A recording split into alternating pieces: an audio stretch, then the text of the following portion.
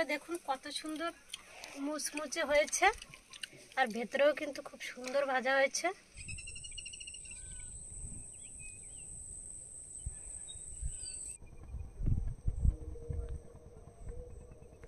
নমস্কার বন্ধুরা, ভিলফুড হেসেলে আপনাদের সবাইকে স্বাগত। আর আজকে সকালবেলা উঠেই চলে এসেছি নদীর ধারে। এখানে নৌকো জাল তুলছে এখন, এখান দিয়ে আমরা কিছু মাছ নিয়ে যাব। আর এই যে দেখুন জালগুলো এখন সবে তুলছে, দেখা যাক আজকে কি মাছ পাওয়া যায়।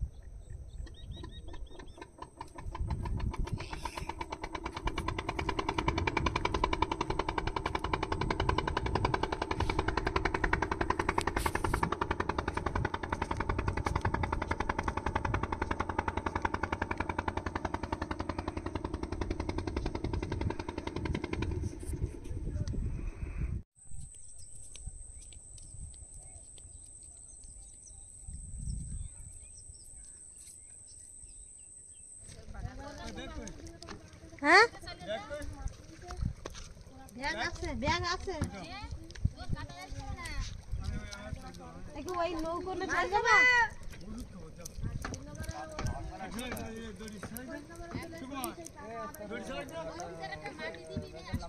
আমি যাচ্ছি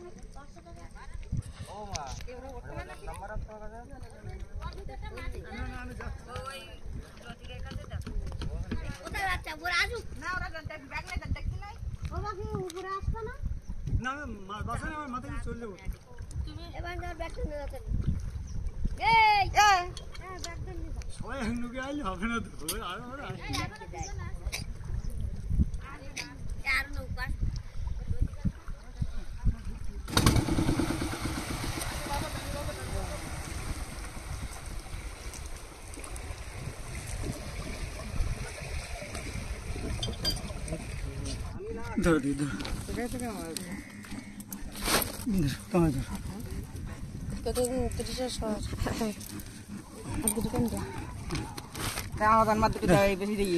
না আমার এদিকে ওদিক নিয়েতে বের বাড়িয়ে না হলে আর না তোমার তো পার্টি আসতেছে।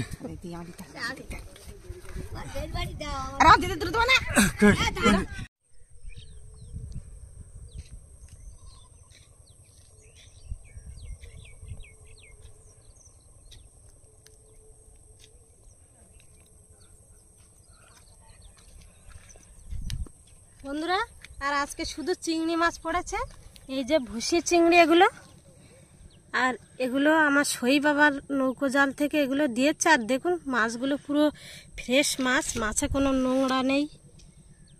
এই মাছ দিয়ে আজকে পকোড়া তৈরি করব। এই মাছের পকোড়া কিন্তু দারুণ লাগে। এই মাছ এমনি তরকারির থেকে পকোড়া বেশি ভালো লাগে।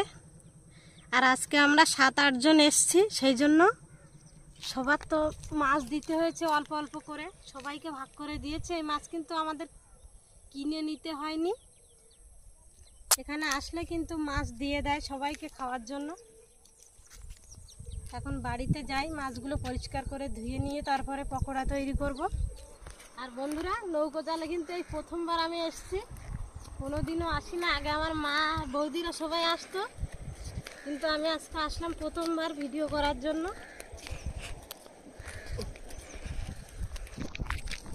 আর এই যে আমাদের গ্রামের শ্মশান, এখানে কিন্তু আমাদের গ্রামের কিংবা পাশের গ্রামের কেউ মারা গেলে এখানে নিয়ে আসা হয়।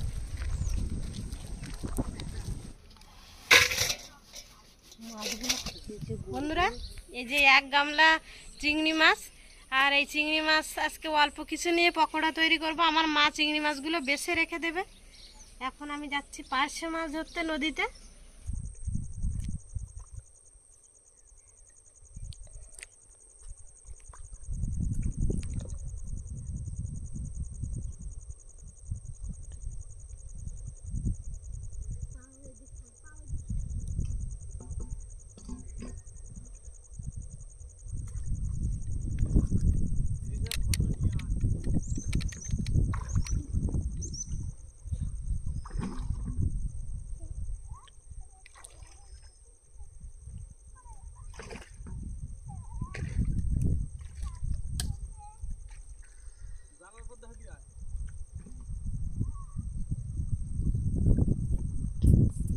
বন্ধুরা, আমরা নদীতে বিদ্যা নদীতে পার্শে মাছ ধরতে এসেছি।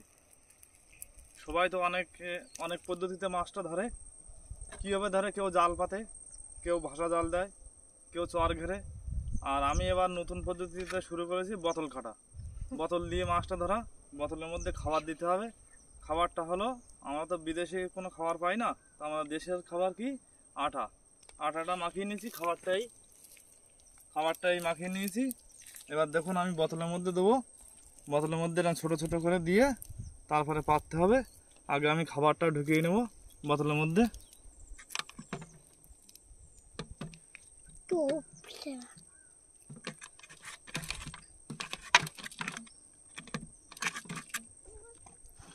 বন্ধুরা, এই পদ্ধতি কিন্তু আগে আমরা কোনোদিন ট্রাই করিনি, আজকে প্রথম। দেখা যাক সফল হয় কিনা। বেশ কিছুটা ঢুকিয়ে দিয়েছি। এবার আমাকে জলে নেমে পাততে হবে।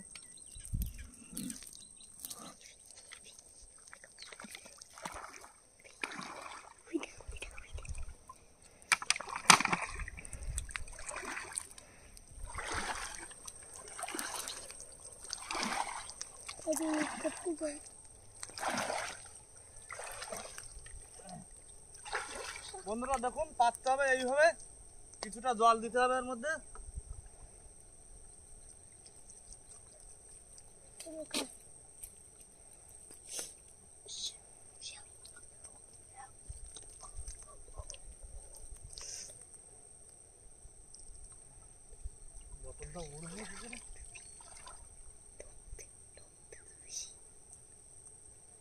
বোতলকে পুঁতে দিতে হবে।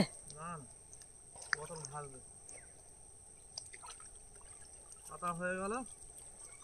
কাঠিটা আমি মাটিতে পুঁতে দিলাম।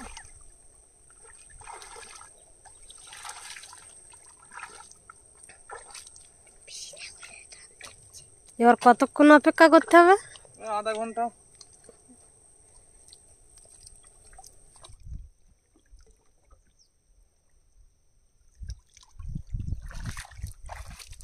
বন্ধুরা, আমরা পার্শে মাছ ধরতে গিয়েছিলাম। আপনাদের তো দেখিয়েছিলাম যে কিভাবে পার্শে মাছ ধরার জন্য বোতল পেতেছিলাম, কিন্তু একটাও পার্শে মাছ পড়েনি। এবার আমরা চিংড়ি মাছের পকোড়া তৈরির জন্য এখানে নিয়ে নিচ্ছি। এই যে চিংড়ি মাছগুলো কিন্তু পরিষ্কার করে ধুয়ে নিয়েছি। চিংড়ি মাছগুলো দেখুন, পুরো ফ্রেশ চিংড়ি মাছ। আর এই যে এখানে নিয়ে নিচ্ছে চালের গুঁড়ো দিলে খেতে কিন্তু দারুণ লাগে। আর বেসন নিয়ে নিয়েছি। এখানে নিয়েছি ধনে গুঁড়ো, গরম মশলার গুঁড়ো। আর এই মশলাগুলো ভেজে নেব। জিরে, লঙ্কা আর গোলমরিচ ভাজা মশলা দিয়ে পকোড়া তৈরি করলে কিন্তু দারুণ লাগে। আর পেঁয়াজ কেটে নেব। আর বন্ধুরা, যে কোনো পকোড়ায় ভাজা মশলা দিয়ে পকোড়া তৈরি করলে কিন্তু দারুণ লাগে। তা আজকে গোটা গরম মশলা আর গোটা ধনিয়া নেই বলে গুঁড়ো মশলাই দিয়ে দিচ্ছি। আর বাকি মশলাগুলো ভেজে নেব।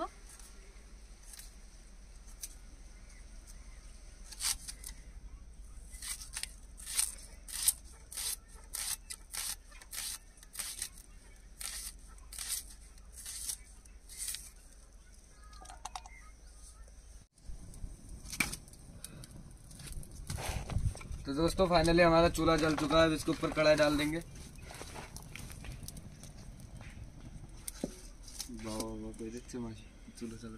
মশলাগুলো প্রথমে ভেজে নেব। तो दोस्तों मसाला फ्राई कर लेंगे बढ़िया करके।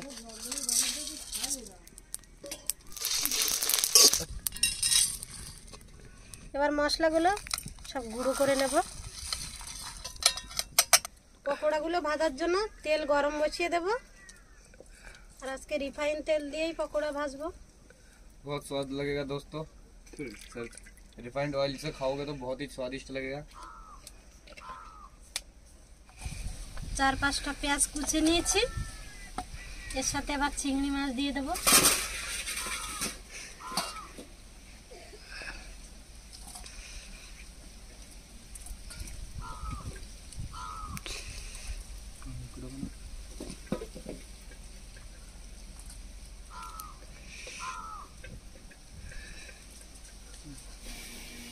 झींगा और प्याज बढ़िया करके मिक्स कर लेंगे दोस्तों।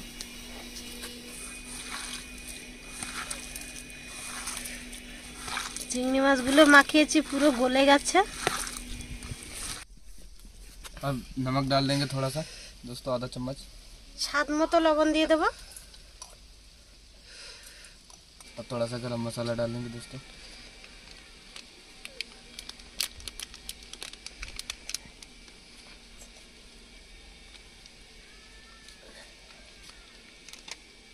अब थोड़ा धनिया का कुटा हुआ मसाला डाल देंगे।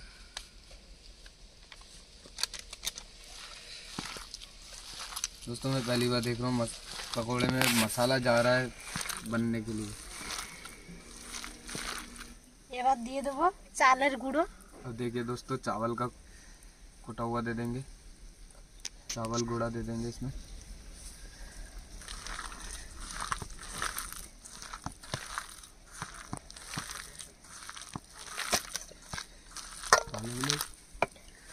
अब बेसन डाल देंगे दोस्तों, थोड़ा सा बेसन डाल के बढ़िया करके मिक्स कर लेंगे पहले।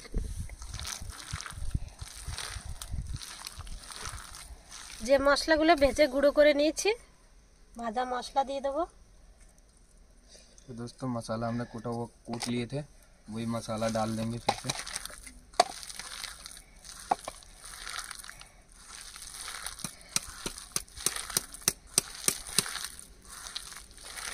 गरम हो चुका, पकोड़े को डाल देंगे इसके ऊपर।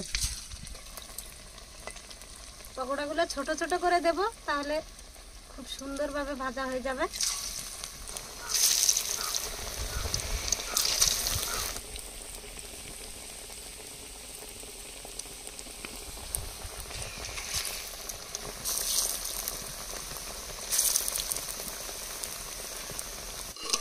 পকোড়াগুলো এক সাইড হয়ে গেছে, উল্টে দেব।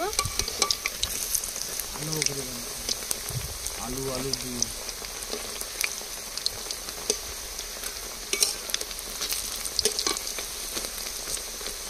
আর চালের গুঁড়ো দিলে কিন্তু পকোড়াগুলো খুব সুন্দর মুচমুচে হয় আর খেতেও দারুণ লাগে। পকোড়াগুলো খুব সুন্দর করে ভেজে নিয়েছি, এবার তুলে নেব।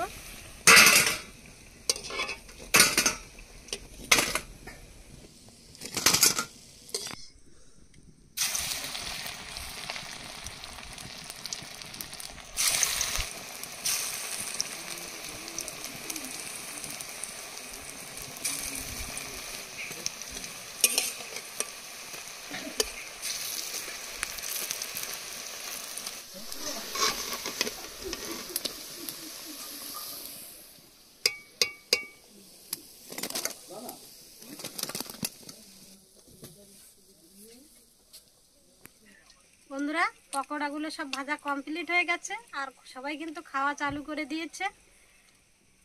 আর পকোড়াগুলো দেখুন কত সুন্দর মুচমুচে হয়েছে আর ভেতরেও কিন্তু খুব সুন্দর ভাজা হয়েছে। কেমন হয়েছে? गाइस बहुत ही बढ़िया लगा है। अच्छा पकोड़ा आप घर पे भी ट्राई कर सकते हो और सच में बहुत ही मज़ा आ रहा है। आप भी पसंद आए तो कमेंट में बताना जरूर।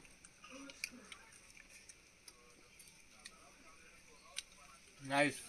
এই চিংড়ি মাছ কিন্তু রান্না করলে তা অতটা ভালো লাগে না, কিন্তু পকোড়া করলে কিন্তু দারুণ লাগে। এছাড়াও এই চিংড়ি মাছ কিন্তু ভেজে মাখিয়ে খেলেও দারুণ লাগে।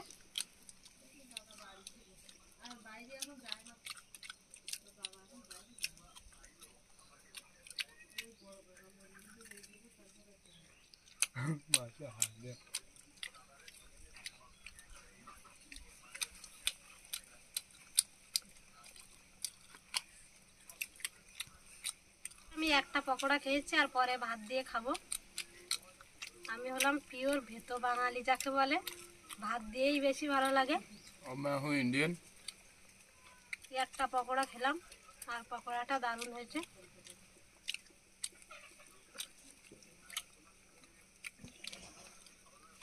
বন্ধুরা আমাদের ভিডিওটা ভালো লাগলে অবশ্যই আমাদের পাশে থাকবেন, সাপোর্ট করবেন আর লাইক কমেন্ট শেয়ার এবং সাবস্ক্রাইব করে পাশে থাকা বেল আইকনটি বাজিয়ে দেবেন। সবাই সুস্থ থাকবেন, ভালো থাকবেন, দেখা হচ্ছে পরের ভিডিওতে। तो दोस्तों वीडियो अगर आपको अच्छा लगा तो लाइक करना, शेयर करना और कमेंट करना और बेल आइकन दबाना मत भूलना। और वीडियो आपको कैसा लगा कमेंट में बताना जरूर। तो मिलते हैं नेक्स्ट वीडियो पे और नया डिश के साथ। Bye bye. Bye bye.